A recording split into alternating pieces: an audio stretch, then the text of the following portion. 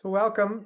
This is an interview that we would like to share with you, an opportunity to visit with one of the pioneers of Aikido, Robert Nadoshihan, eighth degree black belt, and one of the few Western students that had a direct relationship with the founder of Aikido, O-sensei. And we thought we would take the opportunity and ask him to revisit some of his memories, some of his insights and experiences that he has had on his journey through the martial arts prior to going to Japan, and what happened for him while he was in Japan. And we're very happy and very grateful for the opportunity to have this chance to speak with Robert Nadoshian.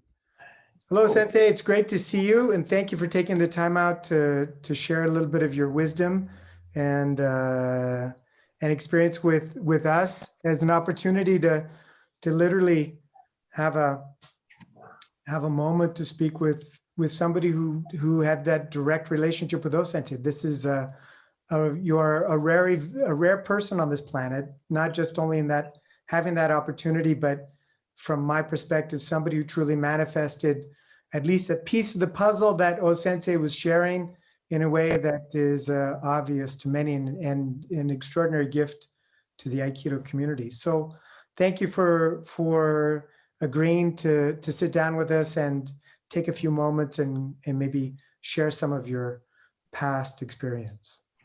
I'll do the best I can, but the years do go on. It is a long time ago. Not only to speak about Japan, but to speak about your life as a whole in martial arts. And I think you had a fairly early start when it comes to training. Could you speak a little bit about how you got started in your martial arts career?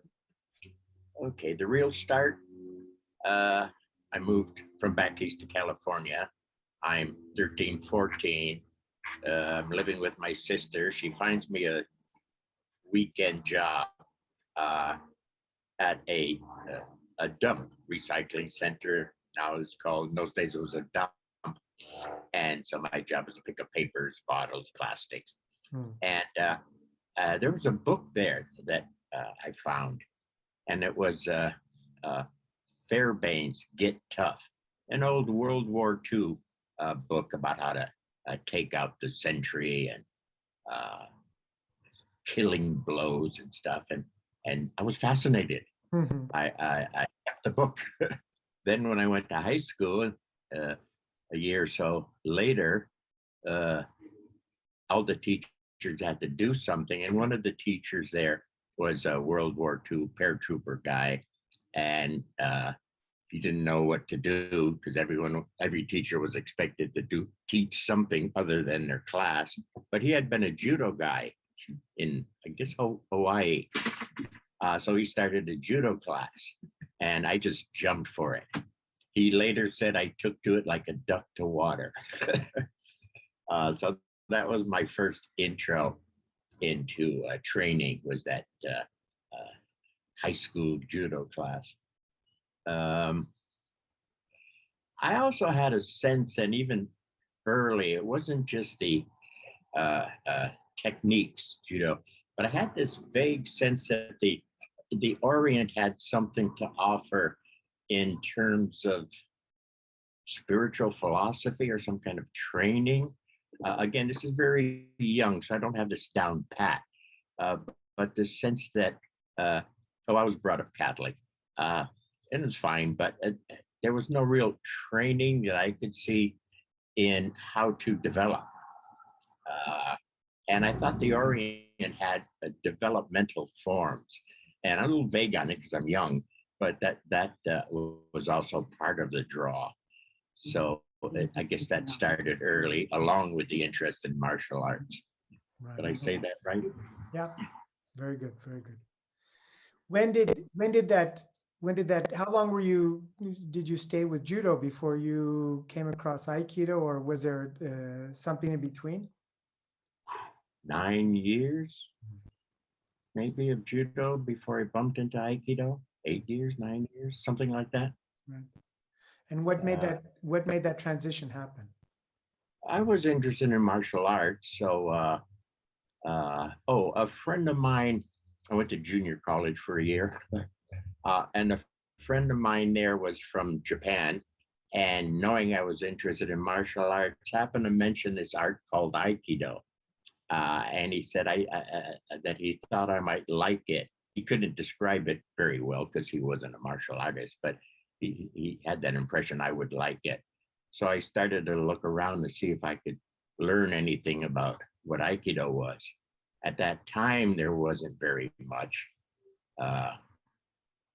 What, around 1960 or something. I'd find a few lines about it, but nothing in depth. I had a habit of visiting judo schools just to check out their technique and styles and stuff.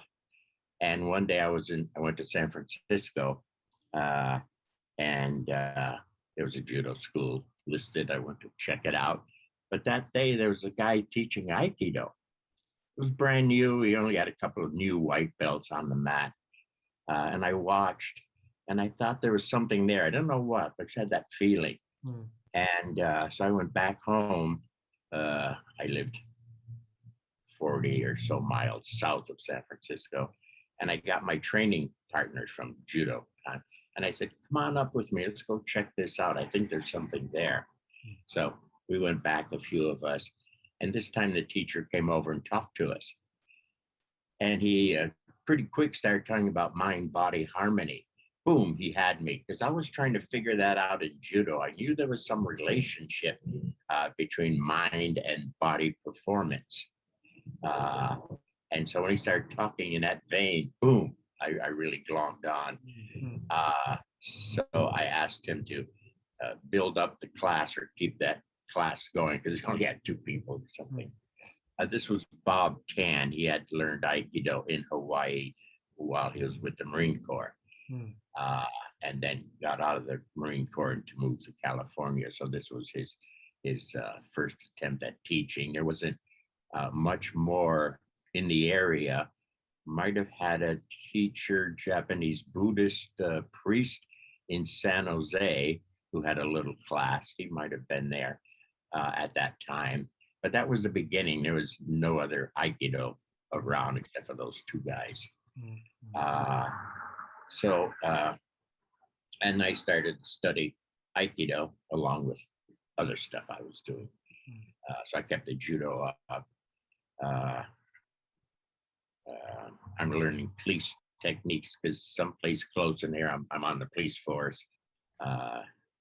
So I sort of highlight my study to include that. I had earlier taught unarmed combat. I was a Marine Reserve and only 17. I was the only guy they had, so I got to be the unarmed combat teacher. I wasn't very good, but I was it. And so that helped broaden my view of martial arts. Later, I did some karate. What else? I think that's about it. So I was interested in martial arts. And I did really like the Aikido too. I got fast results with this idea of keeping one point, words we used to use then, being centered. I think grounding is probably being said.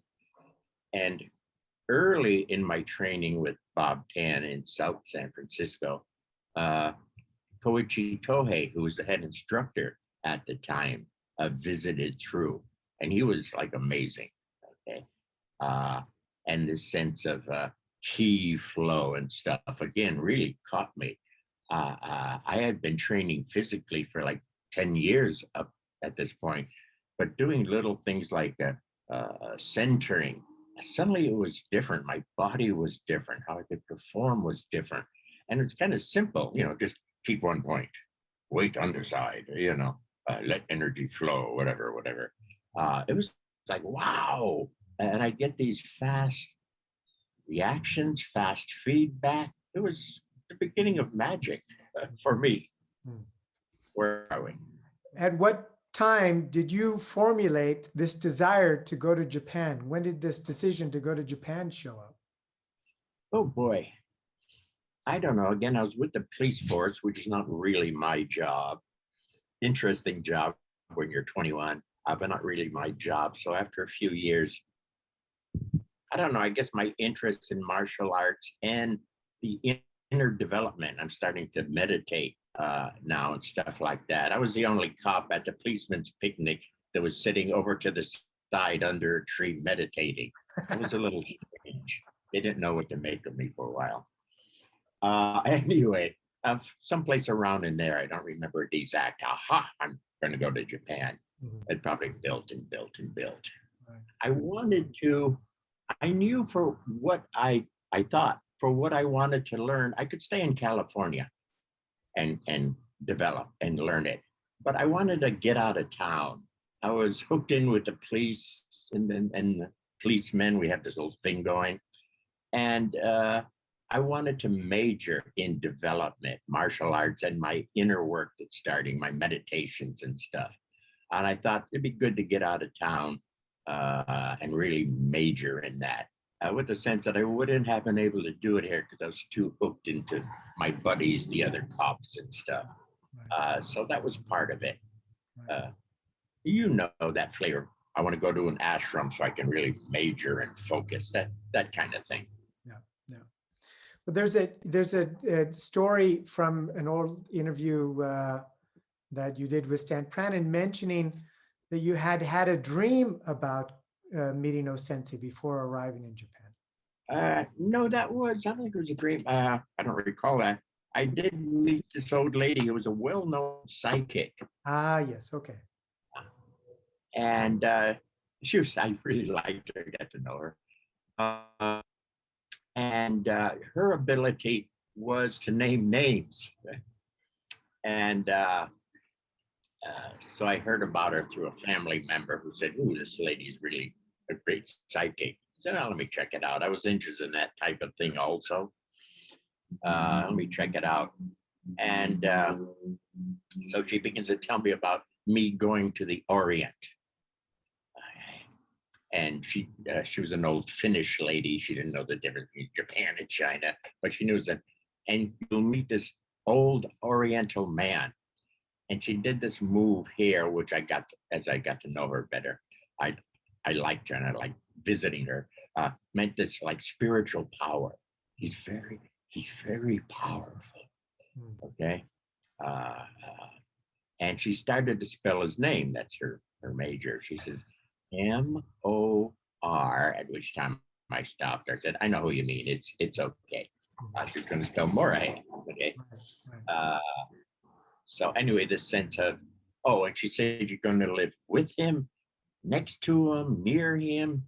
She couldn't quite place the exact location, and he's going to teach you many things. Again, the sense of depth of things.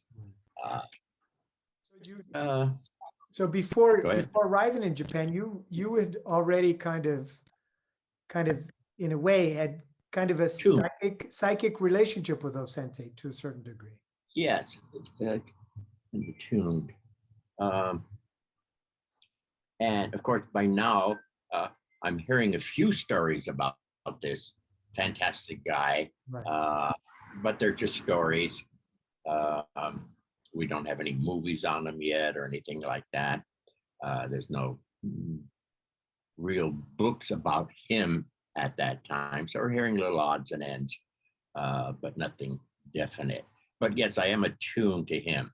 But again, I'm going to Japan to study all the martial arts. Right. Okay, and Aikido is going to be one of them. Right.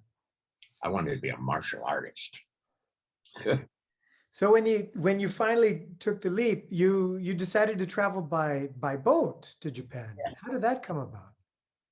I thought I needed that pause, get ready for, to acclimatize myself. I tried to learn a few Japanese words, and just to prepare myself. It was kind of pleasant being on the ship for 2 weeks. 12 days, something like that. Mm. And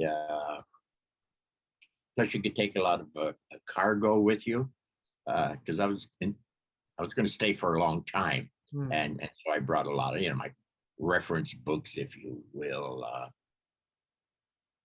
all my stuff. Right. So it's nice to travel by ship because you could take a big trunk and they wouldn't charge you for it. But I'm kind of curious. Was this now some luxury cross the Pacific, or was this an oil tanker? What kind of boat was this? It was a passenger ship, but it wasn't necessarily luxurious. American President Lines. Okay. Name. Yeah, no, there were other passengers on there. It wasn't a personal room. It was a dormitory. That All right. our ticket thing was a dormitory room.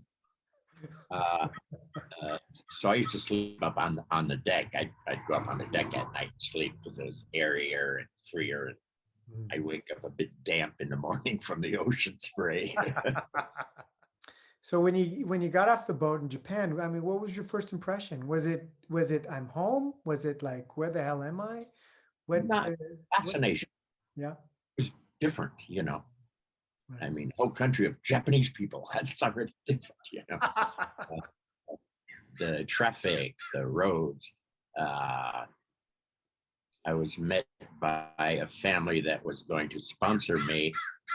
So they were going to put me up Mm. till I adjusted and stuff. And so the members from this family were at the dock to meet me Okay. and take me to their home. Mm. So I've got to talk to these people, look at the view. Mm. And then early in the game, they took me to a restaurant, a noodle, and that was fun. All the slurping going on in Japan, you slurp noodles. And to be in a restaurant with everybody slurping, I had to bite my tongue not to break out laughing. It was just funny. And I couldn't slurp. They noticed I wasn't slurping my noodles, and they said, "It's okay. In Japan, we slurp." And I was brought up more strictly. I could not slurp for a while. Things like that were amusing and interesting, and their mannerisms and stuff. So normal touristy kind of view, probably. Was it pretty obvious when you landed you had made the right decision in coming? I never had any doubts once I decided to go. Mm. I don't remember my inner flavor, but no, I'm going to do this and I'm going to progress. I'm going to, develop, learn something. Mm. There was never any doubt. Should I be doing this? Did I do the right thing? I Right. wasn't there. I was, this is it. This is what I'm doing. Yeah, good. You started off at the Kodokan with judo? Yeah, pretty Kodokan. My family set me up with one of their friends, was a judo guy who introduced me to his teacher. And so I think I probably first started really at some college university class because of the contacts of my family. I did go to Kodokan a few times. I don't remember how many now. But I did a little training with this university club. And then I jumped in on Japan Karate Association. I signed up there. And someplace along the line, this Chinese master was hanging out. Wong, very famous Tai Chi, Pakwa, Singing, like the fighting style of things. And he was very famous in the Chinese world. And so I would attend a few classes with a few other foreigners in the park with him. He was an interesting fellow also. Yeah. My sense then was if there were no Aikido, I would have gone into the Chinese arts. Again, the energy, the settling, the inner development, that would have been next in line, in my sense I would have considered that superior to karate without getting into arguments with people, but that inner finer development would have drugged me in. Yeah. But as good as this guy, this Chinese fellow was, Sensei was something different again.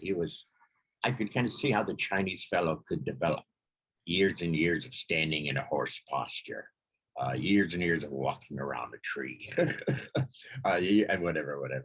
But Sensei was different again. He's coming from an even different place. So if I had to choose, it would be easy to follow Sensei because of his draw, his what I could see there. I thought was wow. So when you after engaging with karate, when did you finally make it over to Humbu Dojo? Pretty early in the game, yeah. No, I hit them all at the same time. Oh, you did all at the same time. Okay. Yeah, signing up here and then there, and next day I signed up there. It's like, you see, because I had some experience. I had done some punching arts, Kempo karate in California before I went to Japan. I had my years of judo in. I don't remember how long I did Aikido in California. A year or more, I really don't remember. So it was not hard for me to study numerous arts at the same time. Now, I wouldn't let a beginner do that. You get comfortable with one art before you try out another art, so you don't confuse your arts. Right. But again, I'd had time, certain amount of time in each art, so I was able to, within reason, categorize them. I would do judo when I did judo. I would do Aikido when I did Aikido. I was able to do that fairly good. Okay. How long were you kind of majoring in all these or attempting to do all these arts side by side before you eventually majored in Aikido? Yeah. One thing was the people in Aikido were nice. They're nice people. Not to say the people in the other arts weren't, but there was something about the Aikido people that was pleasant. There's just something that kept drawing me more to the Aikido and less to the other arts. And that was probably not too easy for me to let go of the other arts. Like the judo, for example, I got all those years in judo. I'm just ready to make that big development. And then to make that decision to just do Aikido, that touched me, bothered me. I had to hang with that one for more than a day or two. Yeah. But again, the Aikido just drew me like a magnet. How long was it from the time you signed up for Aikido classes in Humbu Dojo and the first time you saw Sensei? I don't recall. He would walk through his apartment, his house, connected to the dojo, and the office. He would walk through the dojo to the office frequently. Often he would stop and talk for a few minutes or sometimes longer and demonstrate something. I don't remember. I see him the first week, the first month. I'm blank on it exactly. But I did see him and see him throw a few people around, which was very interesting. I knew he was, quote, great, right? But the way he would handle other people was so, you'd have to say, is that for real? I mean, this old man puts his hand up and these guys go, boom, they crumble down. Okay, I know he's great, but he didn't touch them, and they just totally collapse or whatever. So I know he's great, but there's that little piece of me that says, really? I really wanted to feel it. And it was a while before I got that chance. And again, I had a nice feeling for him. Again, going back to my psychic, old lady psychic, You know, you're going to have a connection with him. You're going to learn a lot from him. He's going to teach you a lot. So I knew this would happen somehow or t'other. I was frothing at the bit. You can interpret that in French if you want. I was frothing at the bit, wondering when I'm going to have this contact. And one of my friends, an Army guy doing, American Army guy doing Aikido, happened to say something like, he doesn't worry about not having any contact with those senseis. He's figured he's learning it down through the other teachers. And so I kind of took that to be a comment from the universe, like, Nado, wait, you'll get your chance. Learn your basics here and whatever, and that'll happen one day. But I was frothing at the bit at first to experience him. And your first days in Hambo Dojo, the first period in Hambo Dojo, who was the teacher that struck you other than O-sensei? Who was capturing your attention as in terms of classes, your first classes in Aikido? Of course, Koichi Tohei is head instructor. Right. He's special in those days. In 60, whatever, 61, 60, he was very, very, you people now don't know how special he was because he left the scene. He was really on it. Some people were wondering if he was not going to be the next O-sensei. They were wondering if he was going to be able to make it. He was that close, could we say? Very magnetic, a good teacher, a lot about this energy flow and keep one point. That was very good stuff. But he wasn't the only teacher. I was training every day. So there was the son, Kishomaru. There was Osawa. You have a young Osawa now. This is his father, old man Osawa. You had Yamaguchi. You had Arikawa. Saito was there Sundays. And a couple of others in the early times who Otada was there. And another one or two who were there for a short period of time that I saw. I can't even remember their names. Big names, but they weren't regular Hombu Dojo teachers. Sorry, I can't remember their names. Did you ever run across Nishio? Yes. Again, he wasn't a regular Hombu. Right. But let's see. And maybe Kobayashi? Yeah, again, he didn't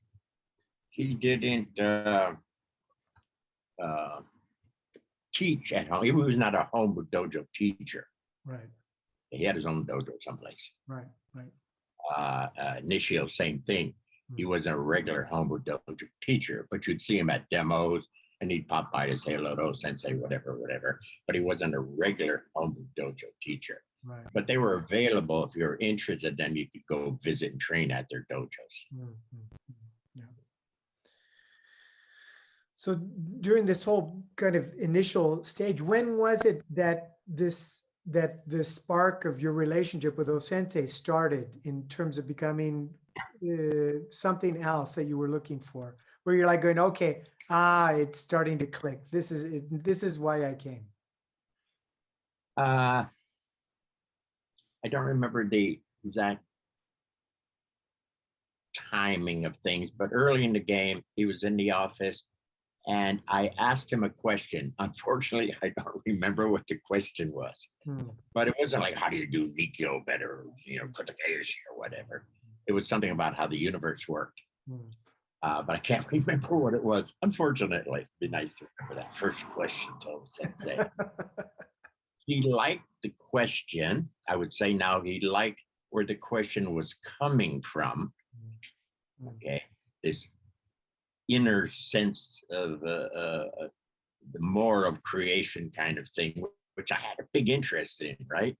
And anyway, he liked the question because he said to me, come talk to me anytime.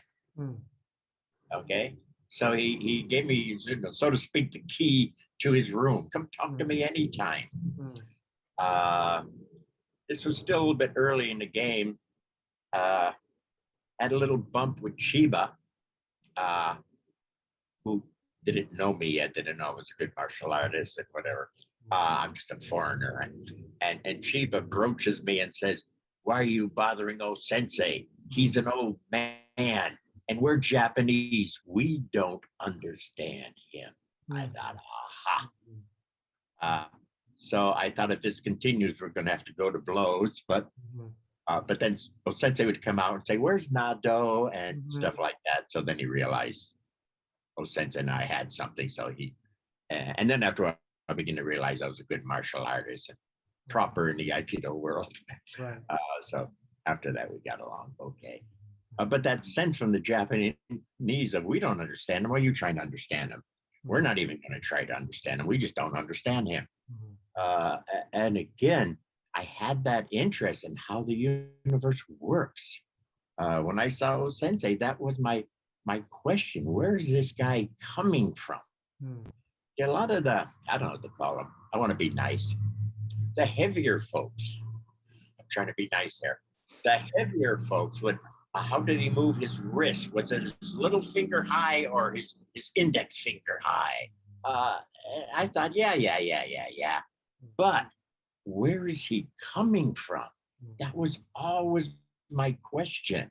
Where is he coming from? What dimension within himself is he coming from? Within the universe is he coming from? And how did he get there? And how is he so capable operating from that dimension? So yes, I saw the techniques. I like techniques. I'm a martial artist, for God's sakes. But I knew that wasn't Sensei. So that's what I questioned Sensei about, his depth and how to get there and how it works. So that became our dialogue. I never asked Sensei how to do a better Nikkyo. Everybody was teaching Nikkyo. I'd figure that out, but Sensei had something else. So that's where I was with him.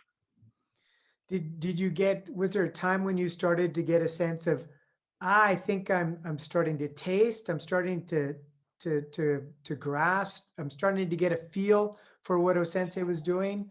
Is there a moment? You can't say it that way. Well, no, but I mean, when you're feeling like you're suddenly accessing that other dimension, when did that other dimension open for you in relationship to that kind of work? Again, pre-Japan, I'm playing with energies to the best I can. I'm playing with meditation. I'm kind of natural in meditation. And so I have some experience, some inner sense of things. But it's just but with Sensei, it's just a gradual. There's no, I got it. There's no feather hitting you over the head and suddenly you're totally enlightened. I'm sorry, I'm not a student of that school. I call it a percentage game. Where I say Bobby, Robert, Nado. There's a thing. Right. So this instant feather hitting you over the head and you're suddenly totally enlightened is not my style or thought pattern. Right. Again, in talking to Sensei about, I wish I could remember those first earlier questions, but I don't. But just in getting a sense how, so I would have an inner meditation experience of energy dimensions. And then I double check with Sensei, sort of like, I experienced this. Does it work like that? And he would generally say yes. Yeah, on the right track. He would kind of guide me along. His style is not to overshoot you. So in a certain way, he wouldn't want to give you more information than you need at that moment, but he would kind of guide me along, kind of thing. So if he gave me the okay on where I was in my practice, then I would just continue. I'd go home and sit and continue into finer of that. And then after a period of time, whatever it was, a month or two or whatever, I'd approach O-sensei and say, now, does it work this way? This is where I'm at. This is what I'm experienced. What do you say about that? Did I veer off any place? Am I lined up? And generally it'd be cool, man. Yeah. Yeah. Give an account of that time when you took ukemi for O-sensei and what that experience was like for you. Yeah. Well, as I said earlier, I see him, bringing his hand up and people collapse and stuff like that. And I really want to experience that, again, I know he's not bullshit. I know the people aren't tanking for him, but God, it looks that way. Okay. So he comes out one morning. When he walked through the dojo, all the students drop and sit. So we're all sitting down as he walks through, and he stops and he looks at me, and he's, I don't know, 6 feet or so in front of me, standing there, and he presents his arm and he says, Nado, grab my arm. Oh, I've been waiting for this for months, right? I'm in good shape. I got all my California muscles. I haven't yet done this Japan starvation routine. And I'm up like a shot, and that hand is right in front of me, and I reach for it. At that moment, I don't know where the hell I'm at.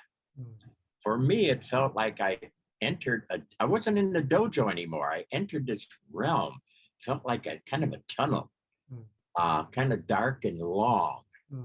And the sense of kind of rubbery, because as I was drawn deeper into that tunnel, the rubber kind of, like a rubber band tightened. And then I felt myself being flung out, again, like a rubber band thing, flung out. And as I'm being flung out, flying out, going down, I hit the ground fairly hard because I went in hard. I did notice that. I went in definite. I was not going to give him a break. I really went for it. So I went in strong. I came out strong. When I hit the ground, everybody started laughing. I think my mouth was agape. And it was like, what was that? Now you have to understand, somebody else could have a similar experience in their first week in Aikido. But I'd been around for a while. I've been thrown by guys, and you'd say, woo, this guy is strong. Woo, this guy is fast. Woo, this guy tricked me. There'd be something. With O-sensei, it was, what hell was that? Okay, I caught him out. If I had attacked him to the right, he would have been over to my left. I don't know how I knew that. I just knew that would have happened, that I couldn't have pre-conned him. And anyway, it was a hell of an interesting experience to be in this, I don't know what to call it, no man's land.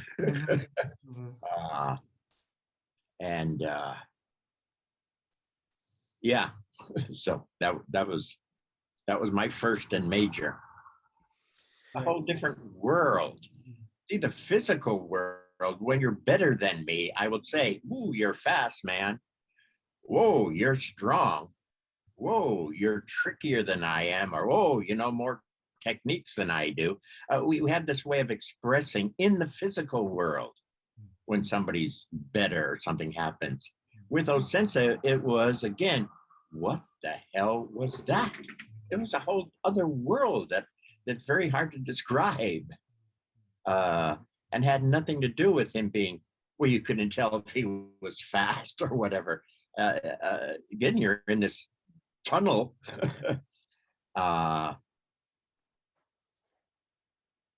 Did anybody have a taste of that other than O-sensei? I mean, you said Tohei had a bit of it, but was there anybody else playing with these qualities at all? To that level, not to that level. Okay, here's what you can't do.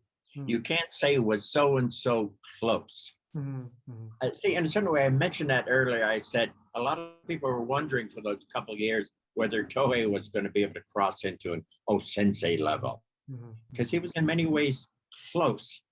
But close is not O-sensei. Either you are at that level or you aren't. close means you're interested and you're trying to figure it out, but it doesn't mean you're close. Mhm. Okay. Yeah. So it's a tricky wording there. It's, I almost maybe shouldn't have said anything about some people wondering if Koichi was close, but I'm just giving you gossip at the time. mhm, mhm, At the time, a couple of people were wondering mhm, mhm, if he was going to become really the next O Sensei.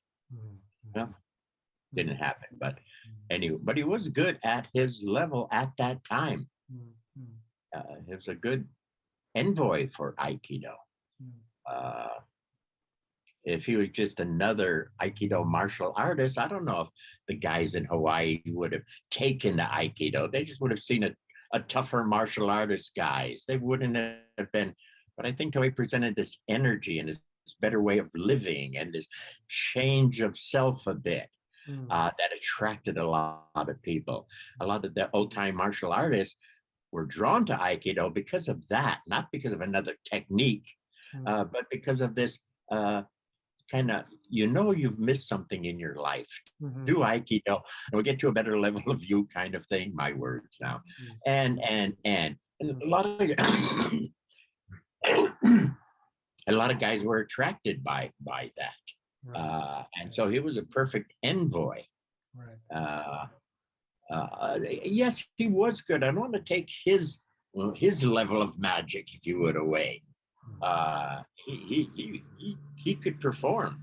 mhm, Uh, I didn't see it, but my judo teacher saw him when he was in San Jose, and out of nowhere, they threw 5 attackers at him. mm. Uh, and these were not flunkies. There were some big names in those 5 attackers. I forget all the names, but there were some top guys in there, and This he is this handled them. is this is Tohei you're talking about now. Okay, yeah, That's right. and he handled them. Mhm, Uh, People watching it were very impressed. Whoa. mhm, mhm. Okay. Yeah, yeah, Uh, so he was good. He was yeah, good. yeah.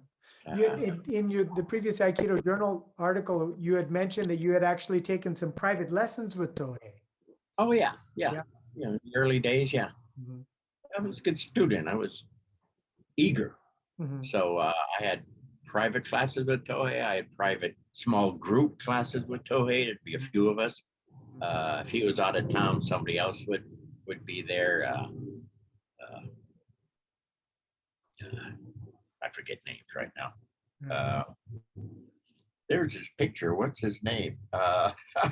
Blank. My brain cells are going. Are we Um, talking a Japanese person or North yeah. American No, or? no, no, no North Americans teaching Aikido at home, boo. No, no, no, no. I meant people who were practicing with you as Oh, people who are practicing. Westerners. Well, Terry Dobson was there, of yeah. course. Uh, Sagano's future wife, Varel, was there. Mm, Eddie Hakihara from New York was there. mm, After he left, Henry Kono came in from Toronto. He was there. And there are some other names that I forget. A mm, couple of English guys who continued with Aikido. Uh, Bob Frazier was there, came in after a bit. Uh, I wasn't there when Mary Heine came in. I missed her by a period of time, but she came in after I went back home to California. So yeah, there were foreigners hanging out, training.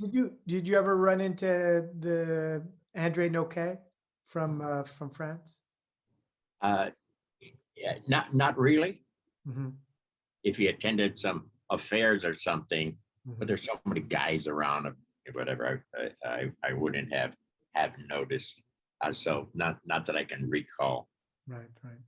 Yeah. I mean, when I look at history, I think of you, I think of Terry Dobson and Henry Noquet as being some of the closest Western disciples of O Sensei that actually, related and connected with O Sensei on a personal level.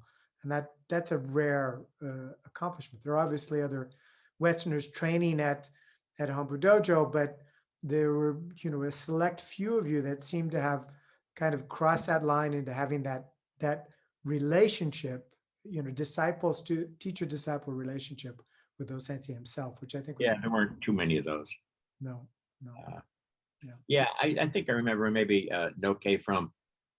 I remember European visitor, and there was some little gathering, and he had come in to visit Osensei. It was probably him, but it's not like we had coffee after, got to hang together. So Yeah, sure. Sure. Did you ever ask or explore any of this other dimensional work with any of the other instructors at Hambu, Tohei, or anybody else? Or was it strictly O-sensei that you were engaging in this type of exploration? I think you would tap the other teachers for the level they were at, for what seemed to interest them. I don't.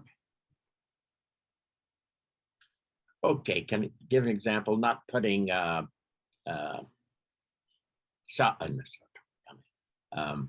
quick, I need a name of a teacher. Sugano? No. Master swordsman. Saito. Oh, Nishio? No. Huh? Oh, the Aikido teacher. Yamaguchi. Jesus. Yamaguchi. Okay. I told you my brain cells are going. That's all right. And one time, Sensei's out on the mat and he does a little chant that he often chants. And I leaned over to Yamaguchi, who I'm kind of friendly with. We have a nice relationship. And I said, do you ever try those, practice those? And to me, he sheepishly, that's my impression, said, no.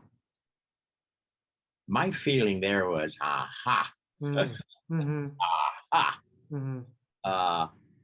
And back to Shiba's. We're Japanese and we don't understand him. Right. So I'm not that taken by these. I'm sorry, I'm not that taken by these guys in terms of depth of Osensei's true nature. Right. And they all heard the words. They wrote the words down. Mm-hmm. But yeah, if they wanted to say the words, I'd be more than happy to listen.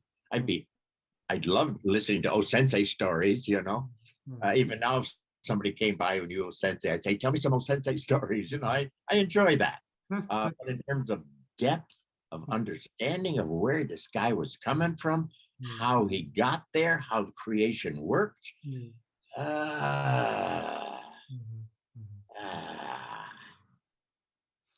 You know, I don't know if it was you or Richard Moon that had mentioned that you had kind of clicked into some of what O-sensei was doing when you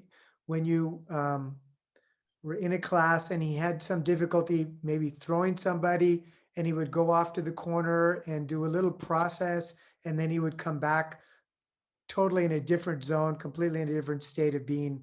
And I'm sorry, who are we talking about here? O-sensei. Oh. That you had seen him kind of, maybe he didn't hit the first technique in the right way, and he would do a little short process and come back on, and he was in a radically different state of being, and that you were in touch with that. Yeah, I wouldn't have used the words, and he had trouble throwing them down. I wouldn't have used the words that way. Right. What I saw was sometimes in the morning, he would come out and have an uke come at him and do an easy move. And then he sort of checked to see how the uke, and oftentimes in those cases, the uke would break a bit, but not really go down. Okay. My sense of Sensei was just checking what level he was at, just using that as a reference. Oh, he didn't really go down. I got to get into a better level. Then he would do some process, a moment, 2 or 3. But he did his moment or 2 or 3 process. From that moment on, you're going down. Right. You know, he's getting you from a better level, could we say? Right. Yeah. You're going down. Right. So I had the impression he was just kind of checking to see what level he was at. Kind of casual about it, no big deal. But when you're looking at that and you're seeing him do his process, and was it clear what he was doing for you, or was it like it was still something you needed to tap into? You needed to. He's doing a movement. Now you got to say, now what's he doing within the movement? The movement is not magic. No. You know, he being there, I just twirled and I'm here. Okay. You see the twirl, you see he's sort of centered there. But what the hell? I could do that all day. Ain't nothing going to happen. Right. Right. What's going on? What's he really doing in there? What's going on? Yeah. So that's where I would try to get to him with what's really going on here. Yeah. And did he, do you remember any moment or where any phrase that he said, yeah, I'm doing A, or I'm, this is what's going on for me, that you would, that somehow helped you with that, with your own In the discovery? back room, one time in the back room, I forgot who's there. Me, maybe Henry Kono, and older brother Kurita. Okay. Who's a Deshi. Low-key guy, but he so you don't know his name probably, but he's went to Mexico to teach, but he's low-key. Was he the boxer? No. Okay. I forget who the boxer might be. Anyway, and he threw Kurita down and was just standing there, and Kurita can't get up. And he said something like, he can't get up because the energies are still spiraling around. Okay, so he's caught up in this energy spiral. And he said something like, now for him to get up, I want to slowly back off those energy spirals so he can get up. He said, don't cut. It's not good to cut because then you have to almost start all over again. Slowly back off from those spirals. So yeah, he would try to get across what was going on to the right people at the right time. That's like I come up with. Yeah. Did you get the opportunity to travel at all with Osensei? Yeah. Again, he liked me. So a little bit around in town, to Iwama and back. He visited some friends. I forget where that was. Northern Japan. He wanted to visit some friends, so he went on an overnight stay to visit his friend and stay at his friend's house. So we did some train travel together. Was there this kind of consistent quality of him, whether he was on the mat or off the mat, or did you see him change the way he was as he was traveling, or, what was the quality of who he was in his daily life like, in contrast to who he was, expressing Aikido?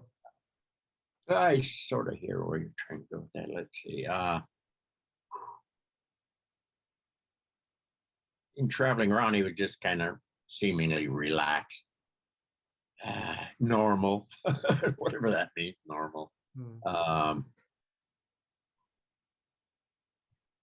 He'd be friendly with his friends, social with his friends, like to joke a bit with his family and friends, or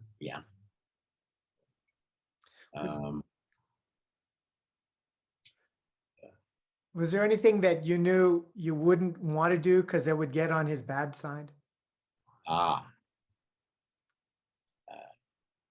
Yeah, he had certain,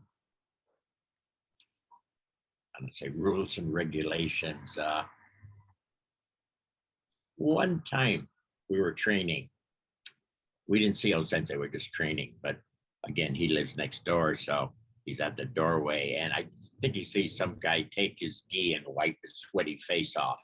Now, in Japan, you're allowed to use your sleeve to wipe your brow, but this guy took his gi jacket and like a towel. Anyway, so apparently that's inappropriate. All we heard was, we're not sure what it was. In retrospect, he kiai'd. All we as students know is something just happened, because half the students are trying to go out the window. We got windows all around the The other half are trying to crawl under the mats. This shriek, this whatever that was, pierced everybody, and just we fell apart. He was a little irked. He thought that was inappropriate. That was his swear word, Nani. Uremono. Old Japanese word. I sort of always caught it as uncultured character. Mhm. Mhm. Bemono. That was his swear word. Yeah, so he didn't like uncultured people. Okay. Um, uh, he, yeah, I can't say more because it'll slight other teachers and stuff, and so certain stories I don't want to tell here. I don't know how to be nice about it. Uh, in a certain way, you'd have to be careful of what you said. Mhm. I know. If you were enamored by a certain teacher and you were rah, rah, rah, rah, and this teacher goes sensei on and on and on, he'd get a little, Mhm. like, teacher what? Mhm. you know. So I don't want to go into details there, but that would annoy him. Mhm. Uh, Did you ever have the experience, because in the stories about Osensei, it seemed to be that his spiritual practices, chanting to the gods, and his practice in front of the kami-sama and at the shrines was a daily, if not a regular practice, if not daily practice. Were you ever in the presence of him communing with these I higher would hide energies? behind a wall now and then in the morning while he was doing his morning chants. Okay. I mean, did you ever get a feeling of what that was like, what he was doing with that? Pretty intricate, pretty a lot of depth to it. Let me see. I did ask him about certain basic chants, yes, Hmm. for him to break that down for me. Uh, uh, but he had a lot of them, and didn't break them all down. I'm trying to think here. Yeah, so I asked him to break a couple of them down, but I'm a little blanking on what exactly, when, how. Hmm. Hmm. Uh, and I would, oh, what my pattern was, if I wanted to understand something more, I would go home and practice hanging out. I would say it was a chant. I would hang out with it and see if it would unfold and explain itself to me. Hmm. Hmm. Uh, so I'm an inquisitor that way. Hmm. Um, I would even do it in, let's say they were doing an exercise, and it was kind of obvious what the exercise was, but I would still go home and do the exercise with a sense of what's the finer meaning of this exercise. So I would try to go dimensional into through the obvious physical first move into what's the not so obvious here. So I like that phrase, what's the not so obvious here? Hmm. And try to get into another realm or level of it. And I think I did the same thing with some of those sensei's chants. Hmm. Uh, I knew just saying the words wasn't going to do anything. I could say Shazam all day, but nothing's going to happen. Shazam, Shazam, Shazam. It's a word. What's going on? What's the finer of that? Okay. And yeah, so that was my proclivity. Hmm. That's how I usually approach things.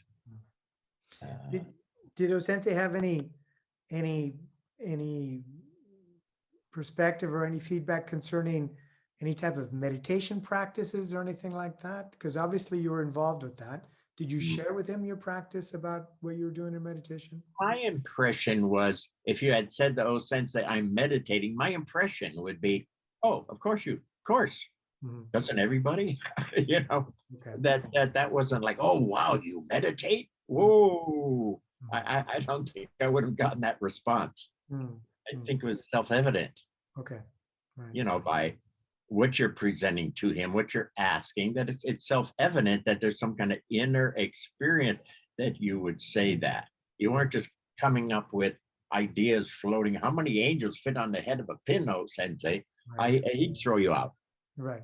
Right. He would recognize where you're coming from and not want to bother. Right. Right. Okay.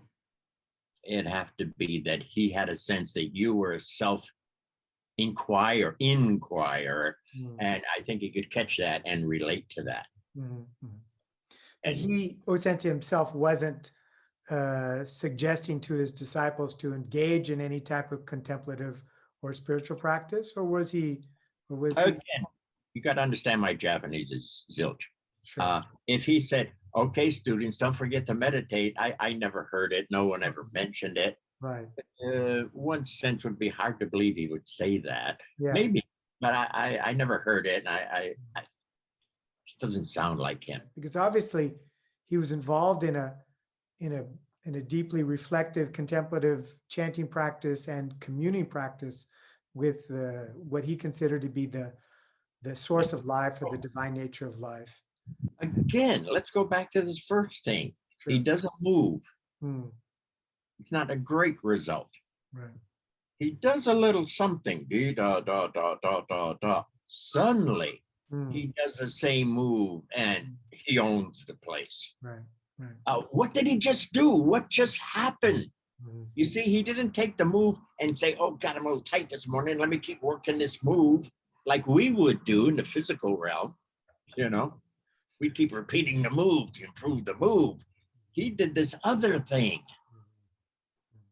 Now, what's he doing with that other thing? Where is he in this inner world, I would call it, of him in his own universe, inner world finer? What's going on there that he gets such results? Right. Right. And he tried to tell you using fancy words, "Oh, that's heaven on earth," or kind of thing. Like, whoa, what the hell does that mean? Hmm. Until you start to break down how he's mapping things out. When did it kind of hit you that that there was some form of alchemy going on? I didn't know the word alchemy at that time. Hmm. Let me see. I think I caught on to the word alchemy when I touched on Jung for a moment, Hmm. and I kind of had a sense. And then I read something that Osensei had said, where he said he was an alchemist. Mhm. I said, "Of course he was. Right. They have their own languaging. They Right. have their own rules." Right. So I picked up that he was an alchemist after the fact, but Got it. could go, "Oh, of course he was." Okay. So Okay. that's why he talked the way he did and had certain rules. The rules of alchemy. Mhm. And so when did this sense of going finer or accessing different dimensions for yourself within your Aikido practice become more kind of your doorway, so to speak? Okay, but see, this started early. Sure. Okay. Koichi Tohei says, "See your arm sticking out there?" Now, this is my first week, my first month. Okay. And even before Koichi, maybe Tan had been mentioning it at his level. Uh, there's something else happening here. We're already into a dimension, Mhm. physical dimension. I do it. Okay, settle down, open up. Now, same arm, but you're at a better level, and something flows through the arm. Mhm. So this sense of dimensionality sort of wasn't unheard of. It was the depth of O-sensei's dimensionality. Yeah. The a sense of the finer of it, a sense of the, I don't know, immense power, harmony, whatever is gathering there. Right. I have a story I tell, I think fits in here in our conversation earlier. Yeah. Terry Dobson and some American newspaper guy decided to start a English Aikido newspaper. They were going to run it. I sat in to listen in. I wasn't part of that. And while I was sitting in, I mentioned, are they going to have, distinct comments from O-sensei or articles about O-sensei? And they kind of poo-pooed me.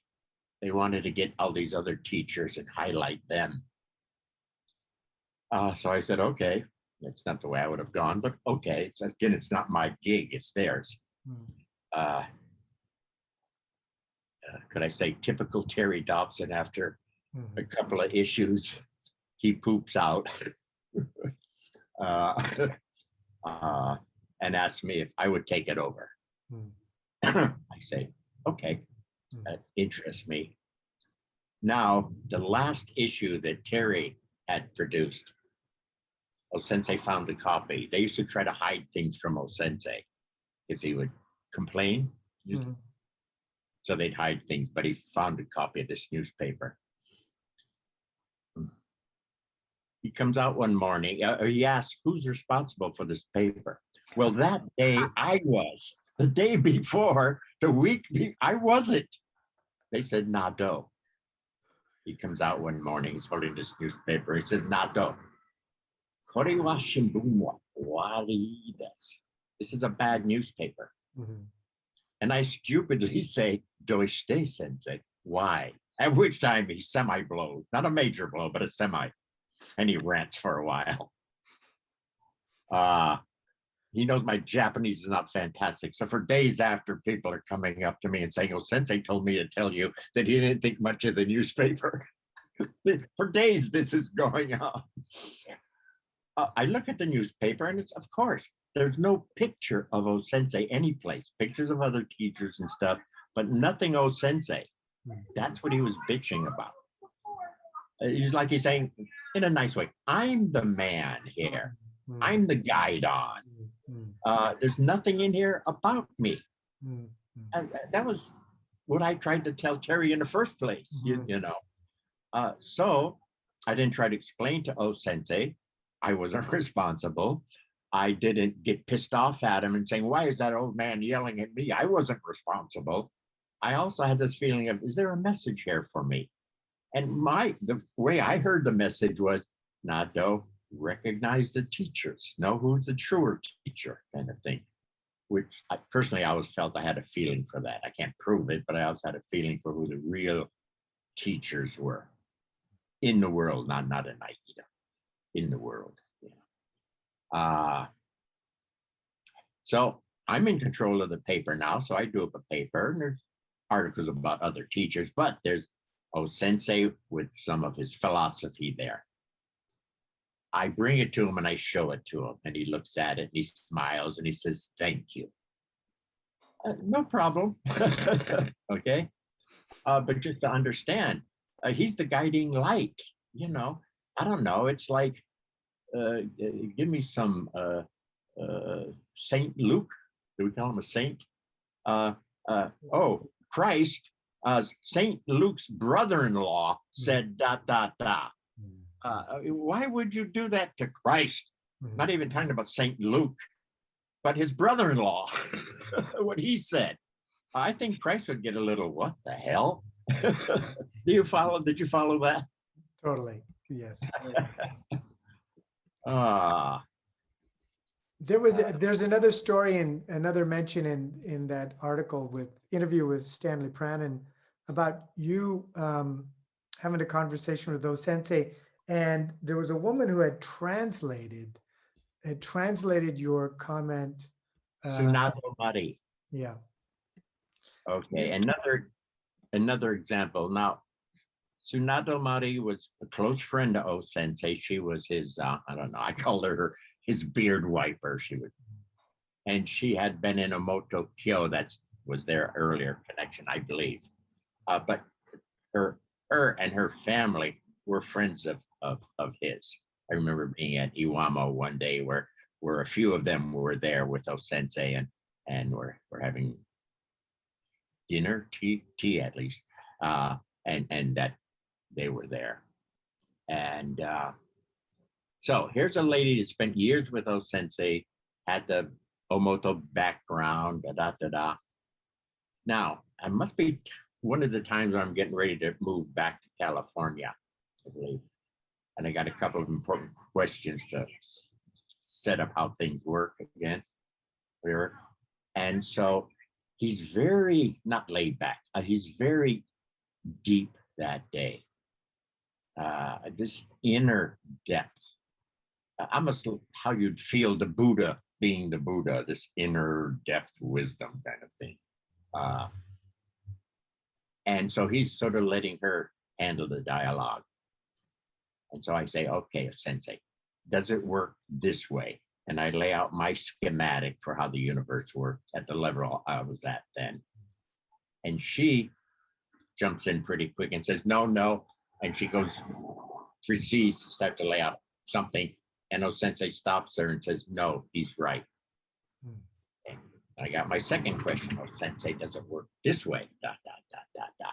And again, she jumps in with no, and he stops her again and says, no, he's right. And maybe even happen a third time.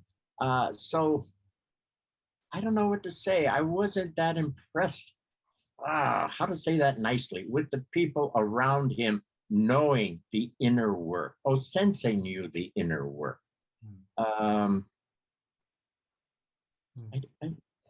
Did that come across? Do you feel Sensei was picking up on where you were coming from? Was he understanding? Of course. Yeah. Of course. Because he wasn't in English. He didn't understand the English, but he obviously understood what you were. Maybe it was being translated into Japanese. Got it. Okay, sure. I forget who else was there. Yeah. Okay. I'm sure it was being translated. I didn't talk to him in English. Yeah. Right. So anyway, that's where I'm at. That there was a lot of depth of understanding of Sensei's truer work, which a lot of people can't catch on to. One, because they don't give a damn. Mm-hmm. They're not interested. Mm-hmm. I want to learn to do a better Nikkyo. Mm-hmm. That's it. Mm-hmm. Okay. The others, I'd have a little interest, so I'll settle a bit. But I won't go deeper than that because I start to get anxious there. Mm-hmm. We have a lot of drinkers in the old days, and we have a lot of women chasers. If I settle more, I start to get pushed a bit. I got to go get drunk because I'm not comfortable here. You follow me about the alcoholics in the Aikido world, Patrick? You out there? Yes, I'm well aware of it, and I was about to say it's not just only in the past. Yeah, well. And I try to keep the pattern going. Anyway. But these are human beings, and some have a draw to more. See, you have a draw to more. You're an inquirer. Some people, you must have bumped into people in Aikido, whatever, that don't want to inquire. Yes, of course. Yes. And or if they want to inquire, they only want to inquire a little bit. Yeah. And you say, good, there's more. That's it. They don't want more. Do you feel that Aikido, in a way, contains a bit of that physical, that inquiry, that Aikido draws a person into that? Because it seems like it's part of the practice itself. Again, we're back to the same thing. Sure. From totally none, totally extrinsic, to a little bit, to a little bit more. Mm-hmm. And all along the way, we're losing them more and more and more. Yeah. Okay. It's a human condition. Sure. Many are called, but few are chosen. You can lead them to water, but you can't make them drink. This is not a new problem. This is ancient problem. We're just coming back at it today. Sure. But it's the same problem Joe Schmo had 1,000 years ago trying to lay this out. It's a human condition. Right. I don't know if you had stories or if Sensei had ever mentioned anything along these lines. Because when you're speaking about dimensionality and the finer aspects of the art and the inquiry that goes into the art, that dimensionality of Aikido was it the same kind of dimensionality that existed in Daito-ryu Aiki-Jiu-Jitsu? Good question. Are we talking something? Were we talking something very different? No, let's talk. The Sokaku Takeda. Takeda. Yeah. Takeda did a very good job with the dimensionality of what I call the up and down character. Okay. He was a hell of a warrior. Mhm. Okay. He had done very well with the energy sense of up and down. To the degree where at that time he was ahead of O Sensei. Mhm. Okay. O Sensei was very good, but he was also, he said to me, hit and miss. He did something he didn't quite have down.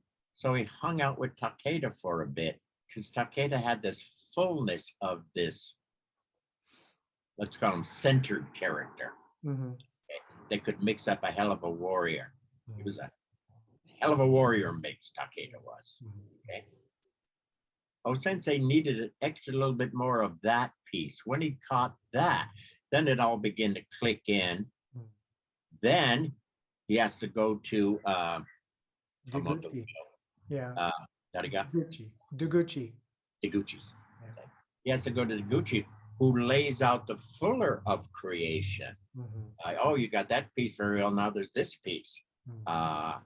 And so that was the next intelligent move to study with the Deguchi, hang out with Deguchi. So There is that ongoing discussion between Aikido and Daito-ryu as being Aikido is just another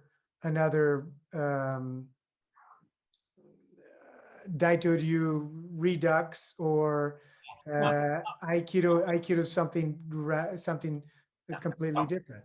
Okay. If you're just looking at the movements, Hmm. you see a repeat of some of the movements. Sure. Okay. But I did ask O Sensei, did you ever consider when you were catching on to your level Hmm. of doing, of changing the art forms? Hmm. Hmm. And he said, why? They were okay. Hmm. It wasn't the forms, it was the dimension he was coming from Hmm. where things happen. Hmm. Just using those forms as a first set or approach pattern. What if he had been a golfer? He wouldn't have changed the game of golf. He would just done an O Sensei, and every hit would have been a hole in one, whatever. He would have been, it's not the how you swing the club, it's where you're coming from. Right. Right. So you can't just look at the movements and say, aha, they're the same. No, where was O Sensei coming from? Mhm. That begin to change things, and that people can't see. Remember, they can only see with their eyes. They see physical, and that's where they dialogue. Oh, look at that form's the same as that group does. Therefore, yeah, but O Sensei wasn't necessarily that form. Remember, he put down form a lot. He put down techniques a lot. He said, it was this inner thing being present, then whatever. Mm. Okay. So where was Osensei coming from? Ah,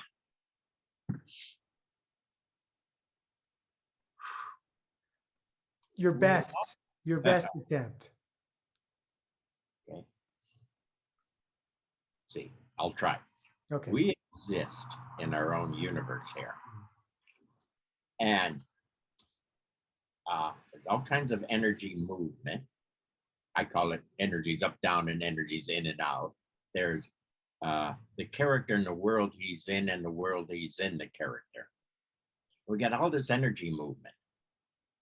Now, the energy in a finer dimension will show the finer harmony of it. Mm. Anything in a finer dimension will be more harmonious with itself. Okay. Along in there is a character. The energies mix up a character, energies, qualities mix up a character. I call that Bobby Robert Nadeau pattern.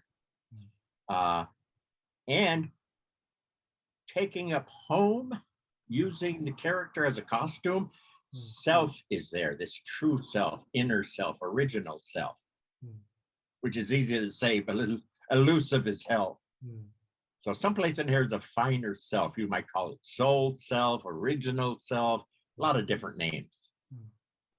Okay. So as those energies harmonize, the character will get mixed up better. Okay. And within the character is a self, what to say, experiencing itself, aware of itself as self. And that goes dimensional, finer and finer and finer and finer till, what to say, you get to the finest of the universal creation. Then there's, using O Sensei's map, then there's that next piece, which he calls heavenly. Okay. So his map was not mundane, what's O Sensei's map word? Manifest. Manifest. Yeah. Meaning the heavies. Okay. The obvious, you touch me. Oh yeah, I felt that. Boom, bang.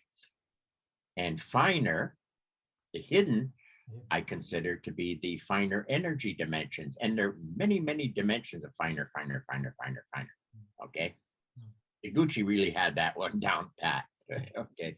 Finer to finer to finer to finer to finer. Me and O Sensei, jokingly here, agreed that 6 or 7 or so was enough to get the flavor and to move through. So, so I don't do 112 dimensions a la Deguchi. almost will kill my. Just get a few of them, get the flavor of it. And so there is a journey everyone is on, or should be on, or eventually will be on, to move into the finer, catch their self that's there, and begin to remember.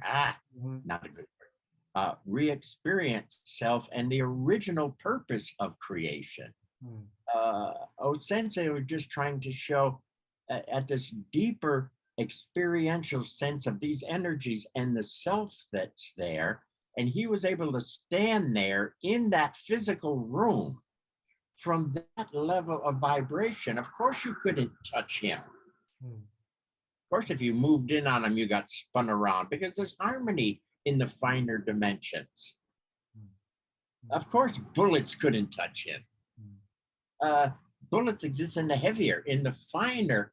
Different laws go on, laws of harmony, of protection, of love, of wisdom. They exist in the finer. The humans tend to try to stay in just the mundane, the manifest realm, try to improve it. It's not wrong, but in a certain way, potentially it could go the wrong direction.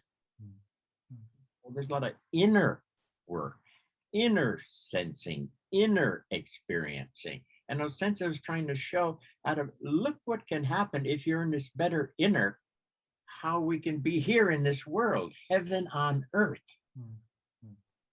And how nice things could be. Natural harmony, natural caringness, and more intelligence naturally showing. I don't know if I said it well. Yeah, no, you're speaking very well about it. I wanted to ask that last, because in O Sensei's writings, I hear a lot of the 3 qualities: the manifest, the hidden, and then finally the divine. Is there a differentiation for you between hidden and divine, or is divine just a finer aspect of hidden? I thought I just said it, but I'll say it again. Okay. How I read that map. Yeah. Manifested the heavier dimensions. Got it. You see that? You hear that? You feel that? Okay.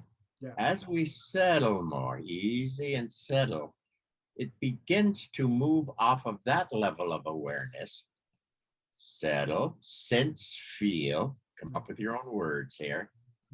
And oh, wait a minute. There's something tingling through my body. Ooh, what is that tingle? Oh, my arm feels longer out there, but it's not physically longer, but it feels longer. They're starting to be in an energy dimension that they can feel, perceive. To me, that's the beginnings of the hidden realm. Then there's finer and finer and finer of that. Right. Okay. Right. Eventually, at the finest of fine, there's a possibility of, we call it crossover, into the origin, what O Sensei referred to as the heavenlies. Got it. There was a location, if you would, heavenly, and then creation started. Got it. In working your way through creation, you have the possibility of crossing over again into the heavenlies, and it's heaven on earth. Got it. Yeah. Okay. That makes sense. That's much clearer. Yeah. Good. Yeah. Good. So I'm pretty sure I'm correct on that map. Yeah. Yeah. Yeah. What about the can you share a little bit about the scroll that O-sensei did for you? Oh, yeah, I don't remember. I guess I was leaving back to California, and he just handed me a few scrolls. The short form of the big one I have here is do the Aikido they can't see with the human eye. Hmm. For me, now that would be an example of the manifest world where you see it with the human eye. Oh, he zigged to the left, and his little finger was high. Do the Aikido they can't see. Okay, with the manifest eye. Yeah. So Do he's the pointing Aikido directly at this. Yes. He's Aikido literally. they Yeah, yeah. can't see. This finer dimension of Aikido is how I read that. Yeah. It's I pretty think. close. There's as you know, in kanji, there's all kinds of hidden meanings in there. Yeah. But that's the main one. But also interpretation is tricky. Whenever we read O-sensei stuff, it's been interpreted by somebody. Did they Right. interpret it the way O-sensei wanted to get it across? Right. Or are they coming from a different background? Are they heavy Buddhist? Then they may put their little Buddhist slant on it. So it's a little tricky sometimes in reading how somebody is interpreting O-sensei. You know, there's a phrase in Japanese called, and I might be translating this wrong, but it's from my recollection. It's called Ishin Denshin, which means a direct transmission of information, where it's not just verbal, and you're getting hit with an understanding that you can't necessarily cognitively organize, but you can feel something got shared. You feel that ever happened between you and I O-sensei? can call that soul to soul. Sure. Yes, I always had that sense of feeling more, being in his presence, him talking, whatever, of intaking more than I could see or hear from the interpretations of what he was saying. That there's a self to self, soul to soul Right. capability that we all have